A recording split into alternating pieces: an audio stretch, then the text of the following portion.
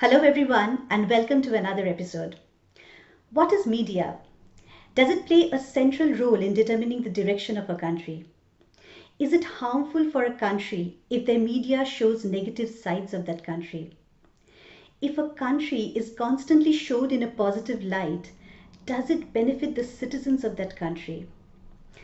According to a quote in journalism, which is often referred to by many experts, news is what the public needs to know, which someone somewhere, especially somebody in power, doesn't want you to know. That is news. The rest is all advertisement and propaganda. Showing negative news about a country often comes under a lot of attack. As India is going through one of its most challenging situations through COVID and through economic crisis, let us look at some of the most recent negative news that have come out of India, which have come under huge attacks, and what they mean for India's citizens.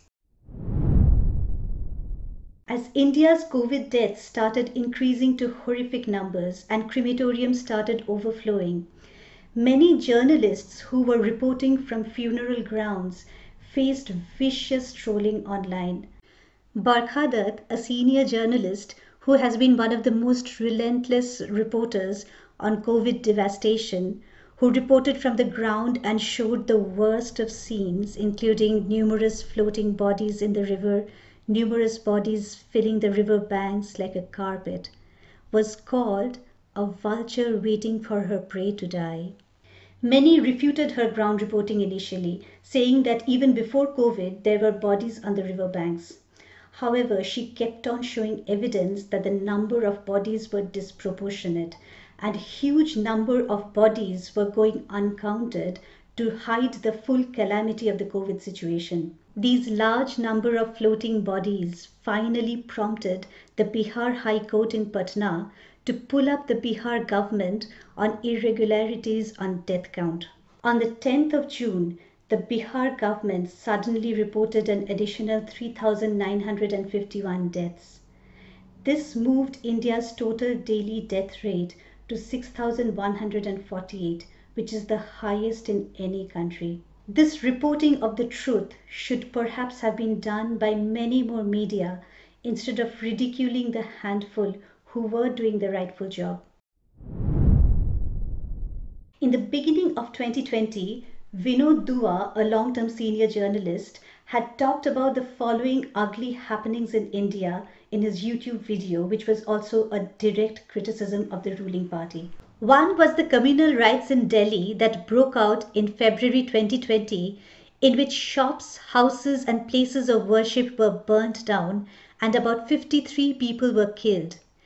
He said that the government didn't do enough to stop it. And two, a nationwide lockdown that was called by the Prime Minister in a 4 hours notice in a completely unplanned way. This had forced poor migrant workers to walk thousands of kilometers on foot to get back home. An unknown number of these workers, possibly in thousands, died on the way by starvation, dehydration, and exhaustion.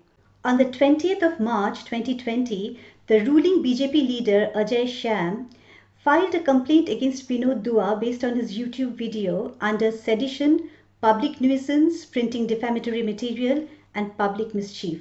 However, the Supreme Court granted him protection against arrest. After a year of harassment, on the 3rd of June 2021, the Supreme Court finally quashed all allegations against Vinod. The Supreme Court recognized that it was Dua's right as a journalist to criticize and that he was not spreading false rumors and information. Dua was luckier than most because as a celebrated journalist, he had the luxury to file a plea in the Supreme Court.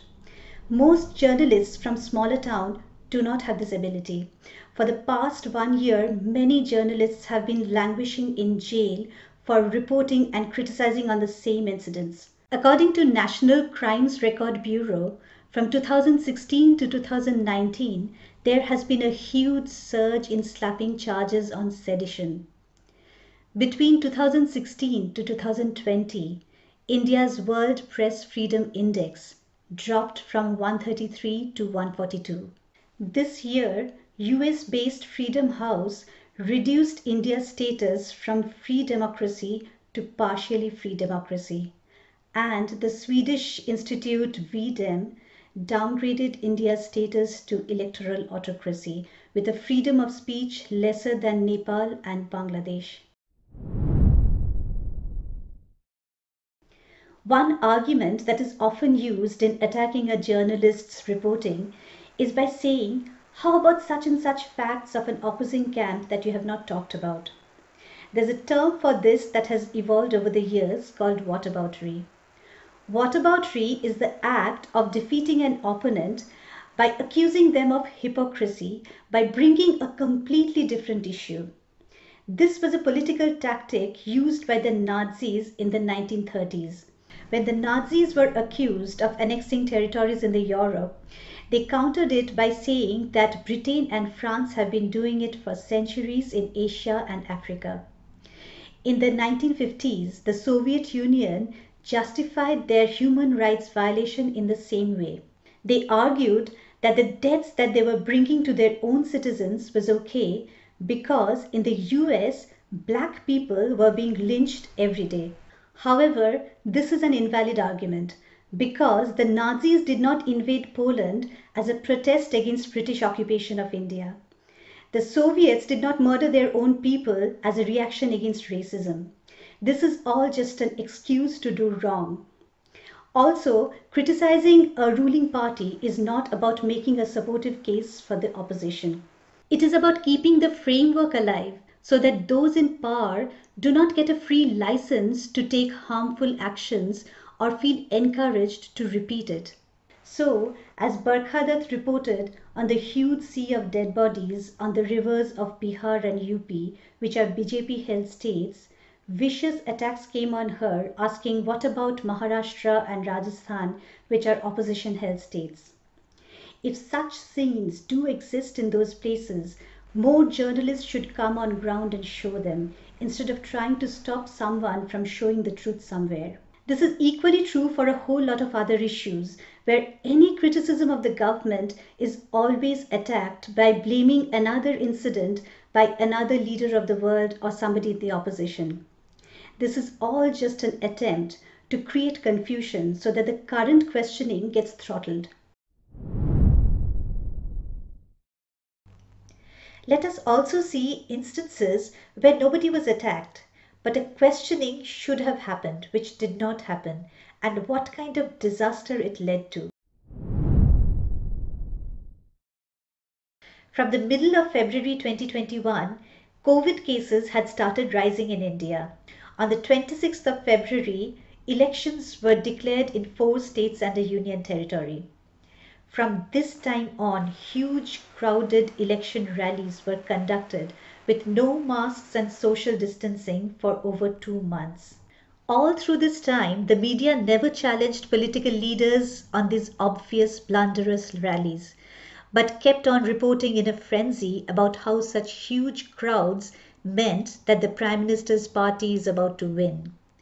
At the same time, hospitals were overflowing and had no place to admit people. Had the media relentlessly questioned at that time, it would have sent a different message to the people in India at that time. It could have also changed the course of action of these politicians, and this current disaster of COVID in India could have been avoided. On the 19th of February, in a grand event, an Ayurvedic tablet called CORONEL was publicized as the first evidence-based drug against COVID-19 in the presence of India's Health Minister Dr. Harshvardhan. This was wrong on many counts. Firstly, Dr. Harshvardhan, being a doctor, is bound by a moral code of conduct not to promote any drug. Secondly, this was an unscientific medicine which had no proven benefits against COVID. The maker of Coronel, Ramdev, claimed in the presence of the health minister that it had fully gone through scientific trials that have been published in journals. According to BBC, they specifically referred to the Swedish-based journal MDPI. There, it was found that the tablet had only gone through lab trials conducted on fish, and there was no evidence that it worked on humans to cure COVID. Yet, The Health Minister of India was not questioned by the media for such a completely false and dangerous message to the people. Such message create vaccine hesitancy and also falsely make people believe that they are protected against COVID when they are not. And this creates a dire consequence. On the 24th of March 2020, the Prime Minister of India declared a nationwide lockdown for all its 1.3 billion people within a short notice of 4 hours. At that time, India had only 500 COVID cases. But by this action, immediately millions of India's daily laborers were rendered jobless. Overnight, these workers had to walk with their babies, old parents, and whole family for thousands of miles on foot with lack of food and lack of water. Thousands of them died on the way, not from COVID, but by starvation, dehydration, and exhaustion because of this unplanned step taken by the government. The COVID cases also started increasing because it was actually creating more crowd gathering. There were images where a toddler's mother died in front of him and the toddler was desperately trying to wake her up. Most of the media made a supportive case for the government, arguing that these are trying times and no one should blame the decision of a lockdown.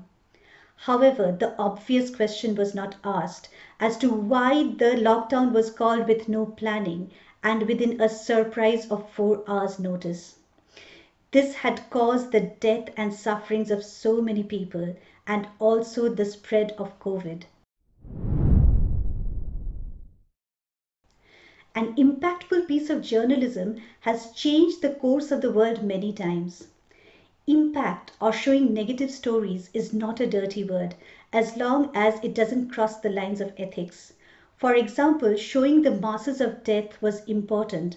However, the journalists should not shove the microphone in the grieving families' faces just to get a sensational reaction or show unnecessary gory details.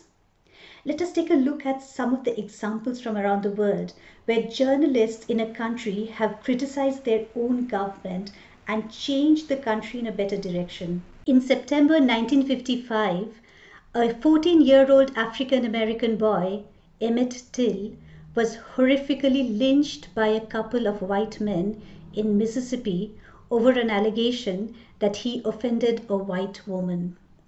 None of the mainstream media wanted to publish the photo of Till's body because it was so badly disfigured. African American magazine Jet was the first publication initially to run the photo. The photo sparked a national conversation against racism, and it inspired America's civil rights movements that followed.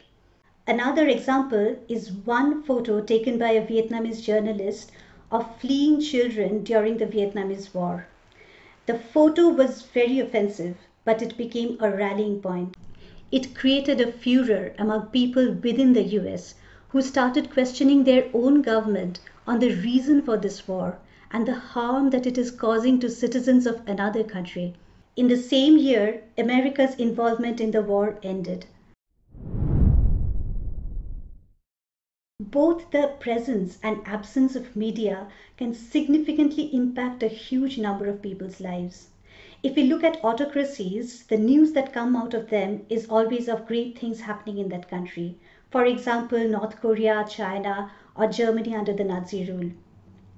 If it is a thriving democracy, the news that comes out of it is always about criticism, how things are faring badly, how much better things could be, etc. These negative news do not necessarily indicate that the country is destroyed.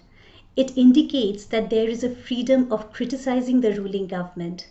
It is a separate debate if those opinions are right or wrong. Freely showing criticisms of a government indicates that the country is actually in a great place. It indicates that a healthy discourse exists in the country which allows opinions for improvement. Do let me know what you thought of this episode with any comment suggestions that come into your mind, because every little bit of it is very valuable for me. I want to say a huge thank you to all my viewers who have stayed with me, and a huge thank you to so many of you who have subscribed after my last episode and commented on it. And to all new viewers, welcome to this channel. I really look forward to all of you being involved in this as if it is your own channel. Please do keep on commenting and suggesting all the time. And of course, please do like, follow and subscribe.